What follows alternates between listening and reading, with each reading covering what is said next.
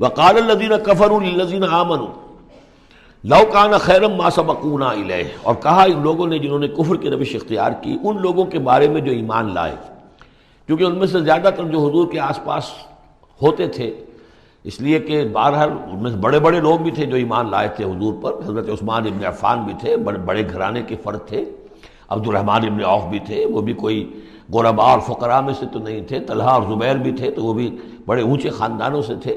لیکن یہ کہ عام طور پر حضور کے آس پاس جو ہوتے تھے یہ لوگ اپنے اپنے کاموں کے اندر بھی مصروف ہوتے تھے، لیکن جو غرباء تھے وہ حضور کے ارد گرد زیادہ موجود رہتے تھے، اور یہ بات بار بار آ چکی ہے حضرت نوح کے بیان میں بھی اور پھر حضور کے بارے میں بھی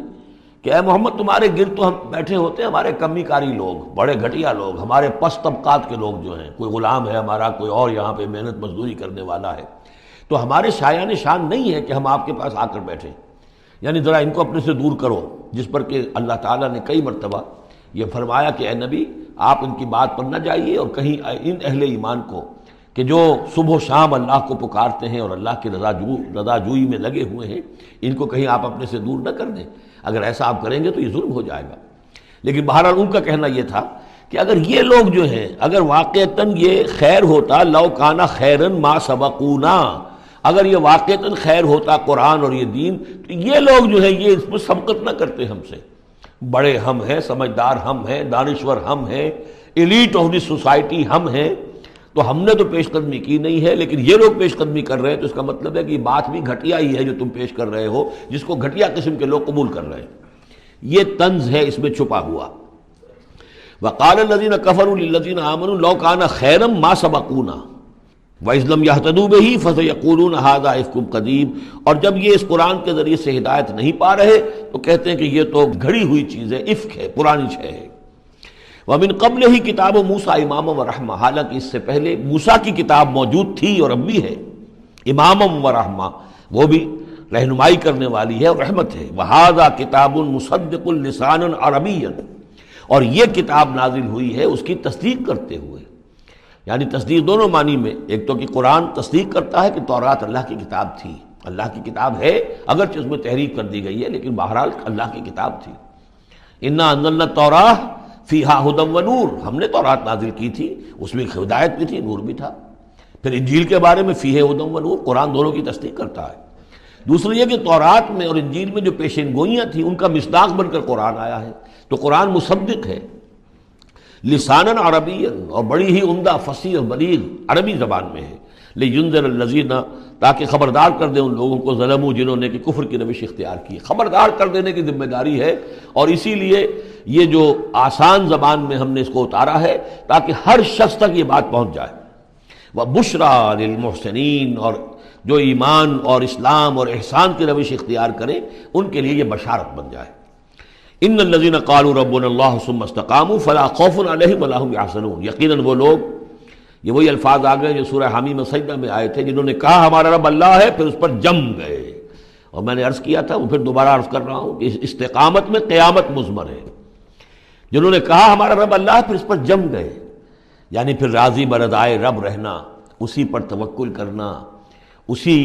کی رضا جوئی کو اپنی زندگی کا مقصد بنانا، پھر اس کی اطاعت کرنا، اس کے احکام کی پابندی کرنا، اور اس کے جملہ جو بھی اس نے ذمہ داریاں عائد کی ان کو پورا کرنے کے لیے تن من دھن لگا دینا، یہ سب استقامت میں شامل ہے۔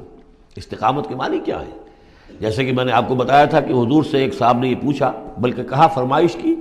کہ مجھے تو کوئی ایک بات ایسی بتا دیجئے جس سے میں پلے باندھ لوں، میں زیادہ لمبی چوڑی باتیں نہیں سمجھ سکتا۔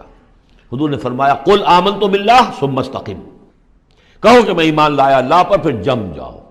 ٹھک جائے تمہارا دل اس کے اوپر کہ واقعتاً پالن ہار وہی ہے، پروردگار وہی ہے، حاجت روا وہی ہے، مشکل کشا وہی ہے، اور وہ ہماری دعاؤں کا سننے والا وہی ہے۔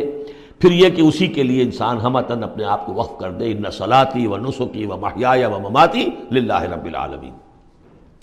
ان الذین قالوا ربنا اللہ ثم استقاموا فلا خوف علیہم ولا هم یحزنون، یہ استقامت والے جو ہیں یہ تو اولیاء اللہ ہو گئے نا، پھر جیسے کہ ہم نے سورہ یونس میں پڑھا تھا، الا ان اولیاء اللہ لا خوف علیہم ولا هم یحزنون الذین آمنوا وکانوا یتقون، جو ایمان لائے اور اس پر مستقیم ہو گئے، قائم ہو گئے، جازم ہو گئے، تو وہی تو اللہ کے ولی ہیں، وہی اللہ کے دوست ہیں، ان کے لیے نہ کوئی خوف ہے نہ وہ کسی حزن سے دوچار ہوں گے۔ اولئک اصحاب الجنت خالدین فیہا، وہ جنت والے لوگ ہیں، اس میں رہیں گے ہمیشہ ہمیش، جزاء بما کانوا یعملون، اور یہ جزا ہوگا ان کے اعمال کا۔ یہ بات کئی دفعہ میں نے واضح کی ہے کہ بندے کو یہ سمجھنا چاہیے، اور یہی بندے کہیں گے جنت میں داخل ہونے کے بعد بھی کہیں گے اللہ کے نیک بندے، کہ ہماری یہ طاقت نہیں تھی، صلاحیت نہیں تھی کہ ہم اپنے بل پر اور اپنے اعمال کے بل پر یہاں جنت میں داخل ہو سکتے۔ یہ اللہ کا فضل ہے۔ الحمدللہ الذی ہدانا لہذا وما کنا لنہتدی لولا ان ہدانا اللہ، کل شکر اس اللہ کا جس نے ہمیں یہاں داخل کیا اور ہمیں پہنچا دیا یہاں تک ہماری رہنمائی فرما دی، اور ہم ہرگز ہدایت نہ پا سکتے اگر اللہ ہی ہمیں ہدایت نہ دیتا۔ لیکن اللہ تعالیٰ بار بار کہتا ہے کہ ٹھیک ہے، لیکن یہ کہ تمہارے اعمال تھے، تم نے بھی محنت کی تھی، تم نے فیصلہ کیا تھا، اما شاکرم و اما کفورا، جو ہم نے تمہیں اختیار دے دیا تھا، تم نے ہمارے شکر گزار بندے بن کر زندگی گزارنے کا فیصلہ کیا، ہم نے قدر افزائی فرمائی، ہم نے تمہیں توفیق دی، ہم نے تمہارے راستے کی رکاوٹوں کو جو ہے آسان کر دیا، لیکن یہ کہ بہرحال تمہارا عمل اس میں شامل ہے۔ جزاء بما کانوا یعملون، یہ در حقیقت بدلہ ہوگا ان کے اعمال کا۔ ووصینا الانسان بوالدیہ، تاکید کی انسان کو اس کے والدین کے بارے میں احسانہ، کہ اس کے ساتھ احسان کی روش، نیک سلوک، خدمت۔ اور اس میں بھی خاص طور پر والدہ کا معاملہ جو ہے یہ سورہ بنی اسرائیل میں بھی ہے اور یہاں بھی ہے۔ وہاں بھی آیا تھا ووصینا الانسان بوالدیہ حملتہ امہ وہنا علی وہن وفصالہ فی عامین، تو والدین میں جو ہے والدہ کا حق فائق ہے والد کے حق پر، ویسے دونوں کے ساتھ اس نے سلوک ہو، دونوں کا ادب ہو۔ وَإِمَّا يَبْلُغَنَّ عِندَكَ الْكِبَرَ أَحَدُهُمَا أَوْ كِلَاهُمَا فَلَا تَقُل لَّهُمَا أُفٍّ وَلَا تَنْهَرْهُمَا وَقُل لَّهُمَا قَوْلًا كَرِيمًا، یہ ہم پڑھ چکے ہیں۔ لیکن یہاں بھی اور وہاں بھی خاص طور پر والدہ کا، اس لیے کہ مشقت جو ہے وہی پیدائش میں ساری کی ساری مشقت جو ہے ماں کی ہے، باپ کا کیا حصہ ہے؟ وہ تو ایک کوئی اس کی لذت کا لمحہ ہوتا ہے، وہ اس کے اندر اس نے وہ بوند ٹپکائی اور فارغ۔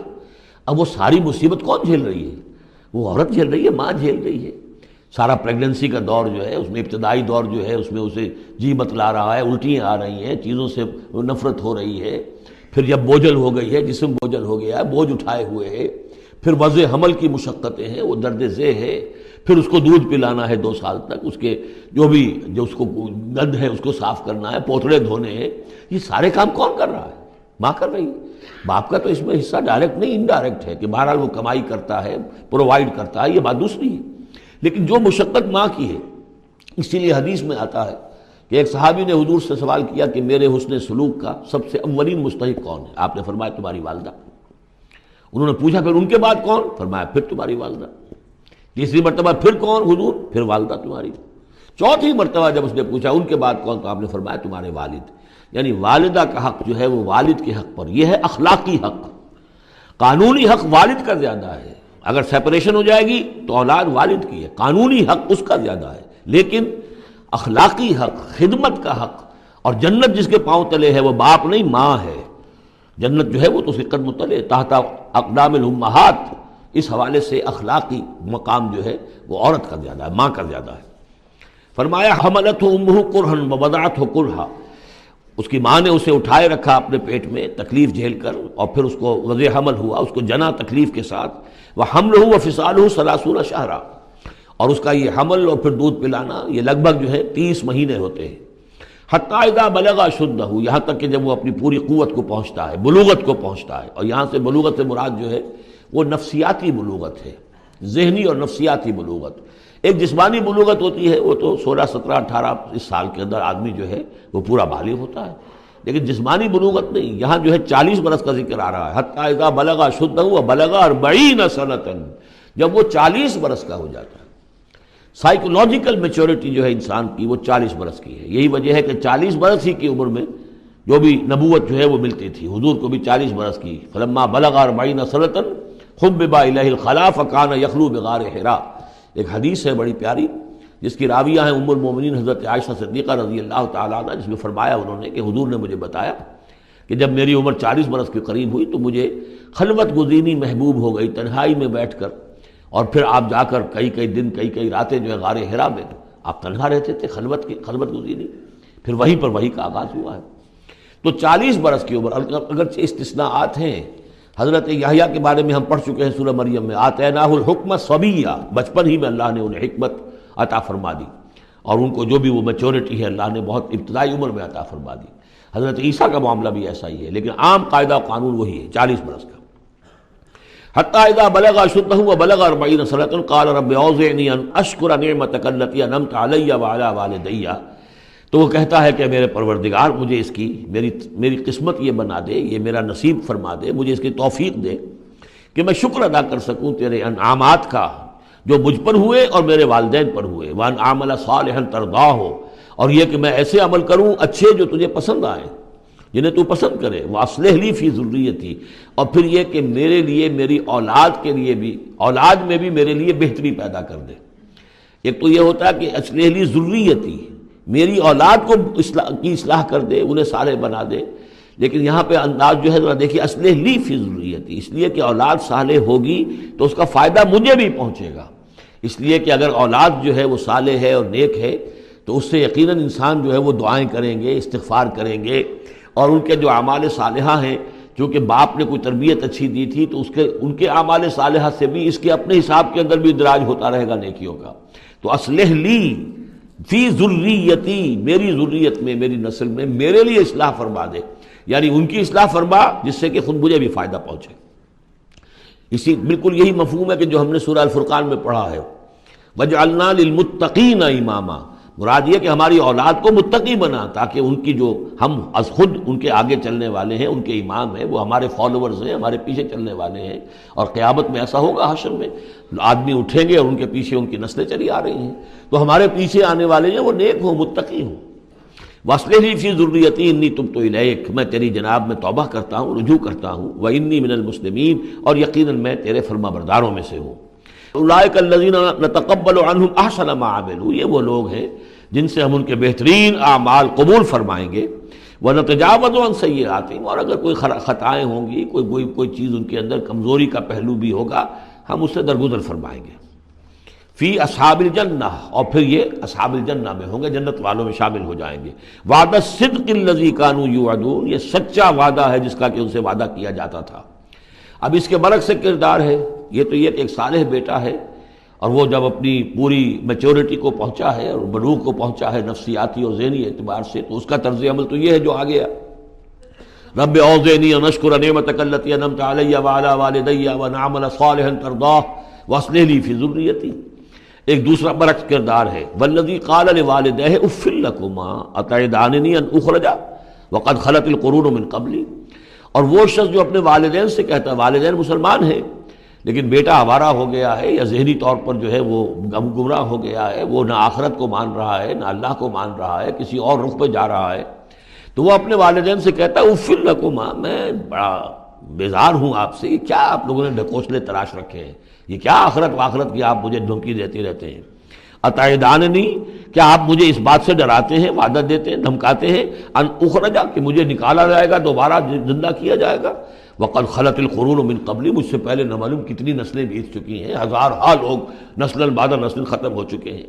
تو میں تو ان باتوں کو ماننے والا نہیں ہوں، یہ آپ کے ڈھکوسلے ہیں، یہ پرانی باتیں ہیں، دقیانوسی باتیں ہیں۔ وہما یستغیثان اللہ ویلک آمن، اور وہ دونوں ماں باپ جو ہیں بیچارے وہ نیک، وہ دعائی دے رہے ہیں اللہ کی کہ اے اللہ کے بندے، ویلک، تباہی ہو تیری، خرابی ہو تیری، آمن، ایمان لا، مان ان باتوں کو، ان وعد اللہ حق، یقیناً اللہ کا وعدہ سچا ہے۔ فیقول ما ھذا الا اساطیر الاولین، وہ کہتا ہے نہیں میں نہیں مانتا، نہیں یہ تو نقلیں ہیں، پرانی کہانیاں ہیں جو پچھلوں سے نقل ہوتی چلی آ رہی ہیں۔ اولئک الذین حق علیہم القول، یہ وہ لوگ ہیں کہ جن پر اللہ کی بات سچی ہو گئی، یعنی مستحق ہو گئے اللہ کے کلمہ عذاب کے، فی امم قد خلت من قبلہم، اور انہی قوموں کے اندر وہ بھی پھر شامل کر دیے جائیں گے جو ان سے پہلے گزر چکی ہیں، من الجن والانس، جنات میں سے بھی اور انسانوں میں سے بھی، انہم کانوا خاسرین، یقیناً وہی لوگ ہیں خسارے والے، برباد ہونے والے۔ وَلِكُلٍّ دَرَجَاتٌ مِّمَّا عَمِلُوا، اور سب کے لیے درجے اور مقامات معین ہوں گے ان کے اعمال کے اعتبار سے۔ وَلِيُوَفِّيَهُمْ، اور تاکہ اللہ تعالیٰ پورا ان کے اعمال، وَلِيُوَفِّيَهُمْ أَعْمَالَهُمْ وَهُمْ لَا يُظْلَمُونَ، پورا ان کو دے دے گا ان کے اعمال کا بدلہ، اور ان پر کوئی ظلم نہیں ہوگا، کوئی حق تلفی نہیں ہوگی۔ وَيَوْمَ يُعْرَضُ الَّذِينَ كَفَرُوا عَلَى النَّارِ، اور جس دن کہ یہ کافر پیش کیے جائیں گے آگ پر، اور اس وقت ان سے کہا جائے گا اذهبتم طیباتکم فی حیاتکم الدنیا واستمتعتم بها، دیکھو بھائی تم نے اپنے جو مزے لینے تھے، لوٹنے تھے، عیش کرنے تھے، وہ تم دنیا کی زندگی میں کر چکے ہو،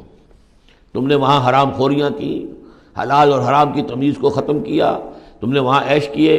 اذھبتم طیباتکم، اپنی مزے کی چیزیں جو ہے وہ تم لے جا چکے، فی حیاتکم الدنیا، تم اپنی دنیا کی زندگی میں، واستمتعتم بہا، اور اس سے تم نے بہت فائدہ اٹھا لیا۔ فَالْيَوْمَ تُجْزَوْنَ عَذَابَ الْهُونِ بِمَا كُنْتُمْ تَسْتَكْبِرُونَ فِي الْأَرْضِ بِغَيْرِ الْحَقِّ، تو آج اب تمہیں بہت ہی اہانت آمیز عذاب دیا جائے گا، ذلت کا عذاب، بسبب اس تکبر کے جو تم کرتے رہے ہوئے زمین میں ناحق، وَبِمَا كُنْتُمْ تَفْسُقُونَ، اور جو تم نے وہاں پر نافرمانیاں کی ہیں اور ہمارے احکام کو توڑا ہے۔